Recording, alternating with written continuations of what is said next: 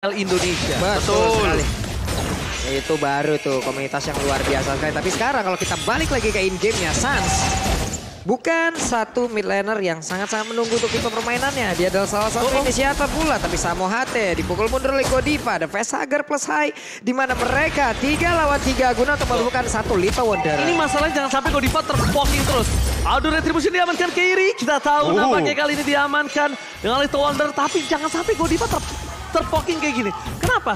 Ini sebentar lagi mereka kalau Godivanya tumbang atau first blood akan ada inisiasi ke arah 1-2 orange buff, Profesor. Iya, bahkan Itu bisa yang di-invade mereka dan berbahaya. untuk Kairinya juga udah level 3. Jadi otomatis kalau misalkan adu untuk dari segi retribution, damage-nya bakal lebih tinggi. Sans dan juga Samo HT bekerja sama 2 magical damage ini. Tapi aura.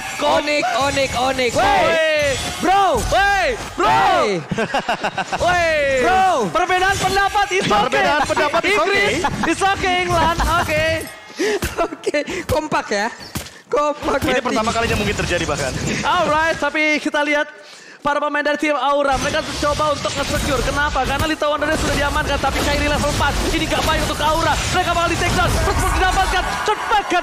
Yang harus ditumbangkan kerugian mahal ketika adanya Sartel bersama dengan Godiva. Tidak ada counter setup. Harusnya kali ini mereka langsung turun ke bawah, Profesor. Iya, power poking damage dari Onyx Esports ini kuat banget dari 2 hero, yaitu adalah Matilda dan juga dengan Faramis. Otomatis dengan poke damage yang berkali-kali terjadi, ini akan membuat sosok Godiva yang memang menjadi cover satu-satunya harus benar-benar jaga posisi. Pinter banget, lihat dia bukan reload manipulation, bukan untuk kontes dulu, tapi untuk nge-reset.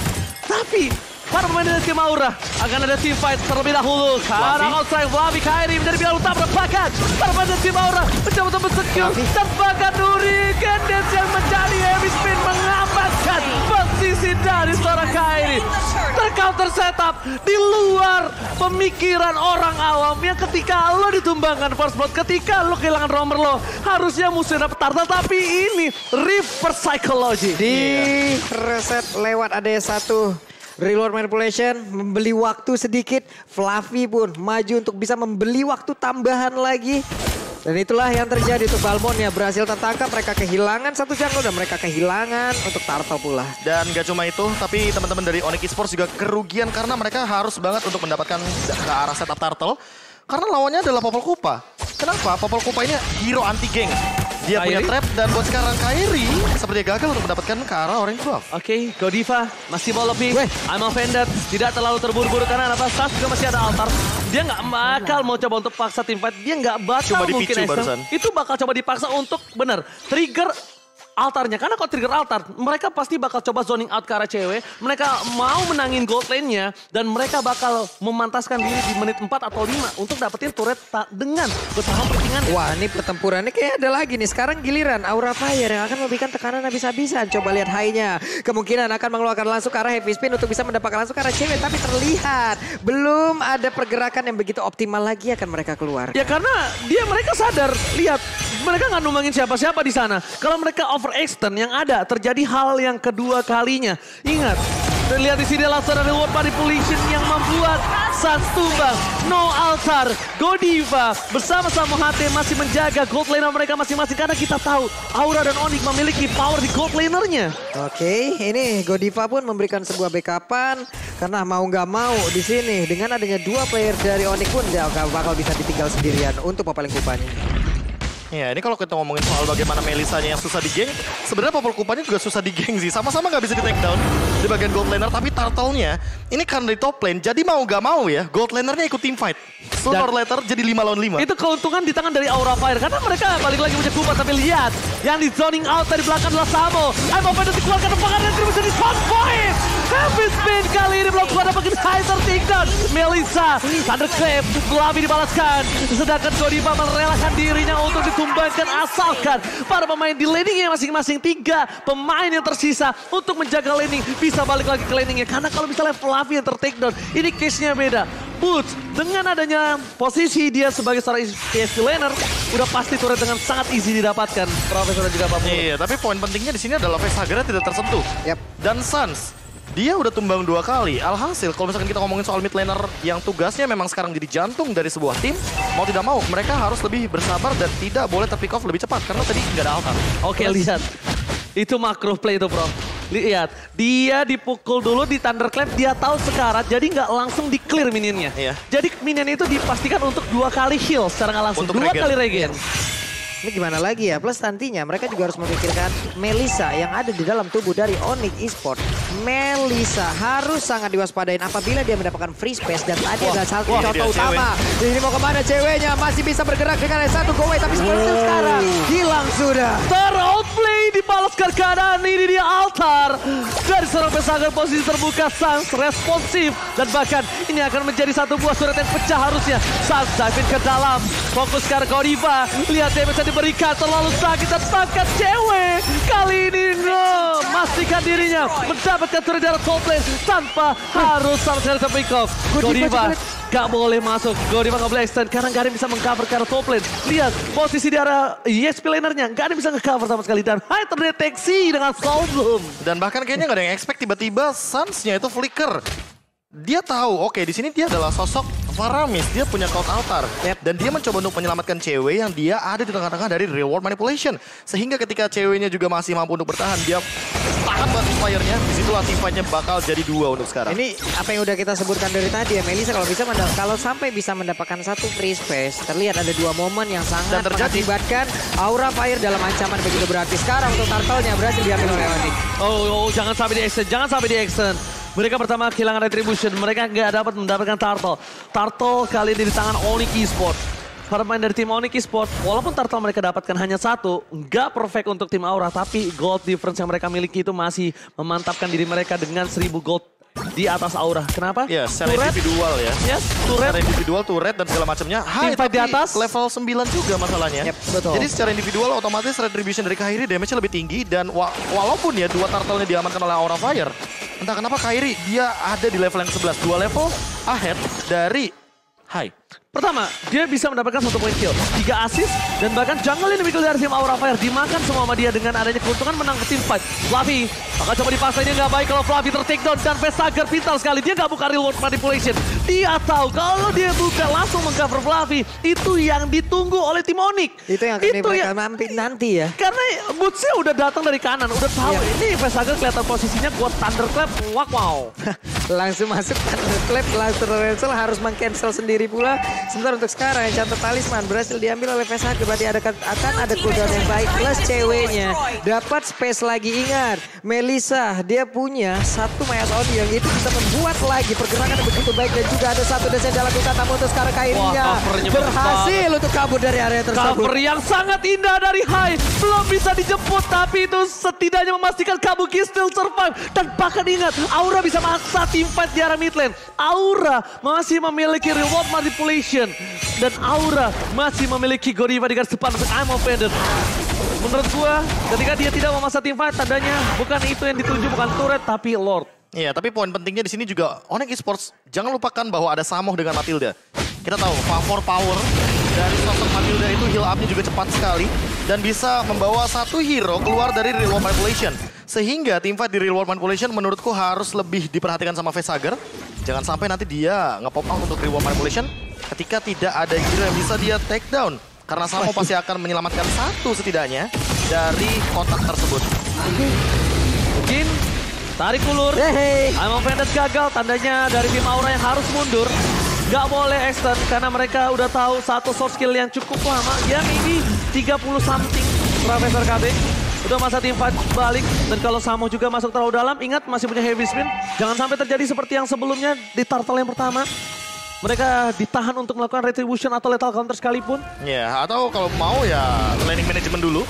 Betul, laning management dulu. Untuk sekarang rata-rata kita ngomongin soal gold masih tetap beda di 2000. Jadi artinya Aura Fire tetap farming. Tetap keep up. Tadi gapnya 2000 goldnya soalnya. Yes. Dan buat sekarang Onyx Esports masih belum mendapatkan objektif bonus. Karena memang mereka belum mau untuk melakukan fight. Ketika melakukan fight mereka butuh Suns, mereka butuh cewek. Dan ini momen Lordnya bisa-bisa untuk dipaksa mendapatkan sebuah play bahkan untuk sekarang karena mereka udah ready dengan 4 pemainnya. My God, mereka memaksa team fight karena mereka lihat di arah belakang sana ada altar. Terlalu jauh, dilakukan padahal polisi dibuka dan Kairi itu berangkat di belakang depankan. Melisa membuat Fluffy kali ini harus kurang flickernya. Yang bisa di mana lihat Kairi bisa nge-take down. Dan bahkan dapetin 1 point kill. Bossage coming up, Godiva menghilangkan fosilnya. Tapi ternyata Samo tidak akan merelakan secepat itu. Para pemain dari tim Onyx Esports, mereka yang menangkan team fight kali ini. Dan bahkan gila jungle. Fluffy akhirnya join. Dan Fluffy almost never enough. Bahkan nice try Fluffy, nice try. Tapi yang disayangkan di sini adalah Fluffy nggak dapetin dan dia harus tumbang. Aku malah mempertanyakan. Gue pikir Melisa yang akan dihajar. Itu dia, karena udah nggak ada yang namanya go away. Tidak ada ultimate lagi dari cewek dan dia bisa untuk merah loh, mengincar kepada sosok Melisa tapi dia memilih untuk Lord. Decision yang dibuat dari Fluffy adalah decision untuk timnya. Tapi secara untuk mempertahankan bagaimana team fight selanjutnya, dia tidak mengincar karena cewek karena mungkin berpikir bahwa cover dari Samo akan menyelamatkan hal tersebut. Jadi ada dua sisi di sini. Ada dua sisi di sini. Kalau aku lebih ke arah ini dia bakal useless banget untuk mengincar karena seorang cewek. Yang ada dia bakal dikadal-kadalin sama gading ini seorang Samo. Ada baiknya do or die menuju ke arah Lord. Dia dapat atau nggak dia bakal tumbang. Dan bahkan kalau ke arah seorang cewek, dia nggak punya gambling. Dia nggak punya gambling kalau menurut aku pribadi ya. Kalau di luar dia masih punya gambling bro. Walaupun ya persentasenya ya maybe cuma 80-20. Sebenarnya kalau gue melihat tadi masih 50-50. Kenapa? Karena dari mereka levelnya pun masih sama, atributnya juga masih sama. Kita tahu untuk memberikan damage dari Fluffy dengan stack seperti itu akan sangat cepat sekali. Dan Melisa bukan hero yang tebal dan kemungkinan tidak ada item defense di dalam tubuhnya. Ya chance-nya mungkin kayak gini, 85 ke 15 sama 80-20. Mau nggak mau dia harus pilih yang lebih besar chance yang lebih besar. Dapatkan. Iya, tapi balik lagi di sini kita tahu Kairi dia menyimpan Retribution, dia juga sudah selesai dengan itemnya. Radiant Armor, Facehugger juga udah selesai dengan Glowing One, Sans udah selesai dengan Winter Trenchant. Jadi cukup menjawab dari masing-masing para pemain. Facehugger tercounter oleh Kairi, Sans juga menutup bagaimana pergerakan dari Real World Manipulation-nya Facehugger yang merupakan hero signature juga. Dengan 9 kali pick, 67% win rate. Oke, di arah late game ini, cewek ini bakal sakit banget. Entah mengapa, apapun yang terjadi, Facehugger ini kayaknya nggak boleh ngebuka posisi. Aku ngelihatnya, Facehugger ini emang sengaja dipaksa untuk ngebuka posisi. Itu tugasnya Boots, Thunderclap. Again and again, untuk menutup Real World Manipulation. Dia nggak bisa ditumbangin, dia punya sprint, soft skill, dan bahkan objektivitas dari Aura bukan team fight lagi. Udah ke arah covering. Itu yang bakal merubah gameplay dari Aura. Iya, dan bahkan untuk sekarang dominasinya udah mulai terlihat bagaimana dari Kairi yang benar-benar leading dengan item yang begitu banyak. Dan untuk dari Fluffy-nya sendiri dia juga tidak akan bisa menumbangkan karena Boots dengan cepat. Karena Boots-nya juga sangat kuat di sini dengan 3 layer bar HP. Dari sosok Masya, kita tahu Masya begitu tebal, berlipat ganda dari darahnya. Dan dia juga bisa langsung engage ke arah belakang, Samo. Untuk saat ini yang mungkin harus diperhatikan, jangan sampai malah dia yang terpick off terlebih dahulu. Karena dia sangat dibutuhkan untuk tim fight jangka panjang. Ngantuk banget sih kalau mukulin seorang Boots ya. Capek pak. Capek banget sih. Yang ada malah bonyok-bonyok sendiri. Tapi ini bahaya. Kalau mereka nggak bunuh ini bahaya loh. Soalnya informasi telah dapatkan ya, Hai dipaksa heavy spin kali ini. Tapi trigger disiplin. Again and again. Ya, karena ada Guardian Helmet. Trigger disiplinnya ini bagus banget. Kayak untuk soft skill yang keluar itu benar-benar harus dengan wise. Ya sama aja kayak misalkan kita 1v1 Assassin. Siapa yang keluar ultimate terakhir biasanya dia yang menang. Yap. Nih tadi terlihat kan Melisanya, efek slow-nya loh. Dari My Eyes on You, dari Muddles-nya. Itu semua gak bakal bisa ditahan habis-habisan oleh pemain dari Rafael. Belum lagi, kalau memang lingkaran dari Muddles-nya kena ke seluruh player itu. Ya udah damage-nya pasti akan berbeda dengan Popalin Kupai mungkin solo. Ini akan menjadi solo target versus dengan satu target area. Untungnya mereka masih punya Yves yang bisa mengcover satu area dari sisi damage-nya. Sakit banget loh itu Pak, ini barusan ditabrak lagi tapi Samoate sendirian. Samoate apakah dia terlalu overconfident untuk bisa melakukan, namun untungnya Sans menjemput kali ini. Sengaja lihat ceweknya poking dari seorang Hakai di zoning out. Dipecah dua team fight-nya. Hakai mau masuk di poking cewek. Dan Samo nge-distraction semua yang punya area of effect dari seorang Aura Fire. Iya, jadi ditambah dengan fokus Lord-nya. Iya, fokus Lord-nya Kairi. Fokus aja tungguin dari seorang Hakai-nya mundur bro. Iya, apalagi ini benar-benar mempermainkan bagaimana Aura Fire yang punya posisi solid banget di arah belakang. Godiva juga tidak bisa berbuat banyak karena balik lagi di sini dia harus mengcover dari Kabukinya. Takutnya kan kayak tadi loh, tiba-tiba ada Boots datang, Thunderclap ke arah belakang dan gak ada covernya. Yang ada kalau misalkan gak punya cover, Aura Fire udah pasti bakal diacak-acak sama Boots. Dengan kita tahu dia menggunakan Masya, sprint ready, semua source atau sumber daya skill yang dimiliki sama Onyx Esports juga ready rata-rata. Ini real time win probability present by Samsung Galaxy A33 yang dimana ini real time di dalam in-game dimiliki 67% atas tim Onyx Esports. Apakah mereka akan coba untuk memantapkan dan menambahkan real time win probability ini dengan adanya base turret yang mereka miliki, Pak Bulu? Yap. Ini dari Lord sendiri saat lagi juga langsung menabrak masuk, di mana ini adalah satu area defensif utama yang dimiliki oleh pemain dari Fire. Namun Hai dan juga beberapa rekannya masih berhasil untuk bisa menahan. Belum ada gempuran, namun Cyclone Swift dan juga Sans bekerja sama dengan Palmon. Oke, tandanya mereka mencoba untuk mendorong menuju ke arah tiga yang berbeda. Fluffy Thunderclap dapatkan, lihat heavy left jab yang sangat baik. Absorb damage yang didapatkan membuat Fluffy still survive. Walaupun kalau bisa kita bilang posisinya Fluffy antara mencoba melakukan clear minion atau menyelamatkan dirinya, wise decision. Karena kalau Fluffy tertakedown bahkan bisa 3 base turret yang hilang, bro. Iya, tapi masalah utamanya adalah Onyx Esports harus tabrak barengan. Ini dia tabrak barengannya. Oke, dan bakal lihat tertabrak barengan remove oleh Bosnya Discontrol. Melisa masih menyelamatkan banyak point kill dan bahkan dari belakang sana. Permain dari tim Onyx fokus sekarang. Dan lihat cewek, gak peduli apapun yang terjadi. Onyx Esports take the game. Gak peduli apapun yang terjadi. Yang hanya di depan mata yang akan dia selesaikan. Iya. Seperti apa yang udah kita sebutkan dari awal, Melisa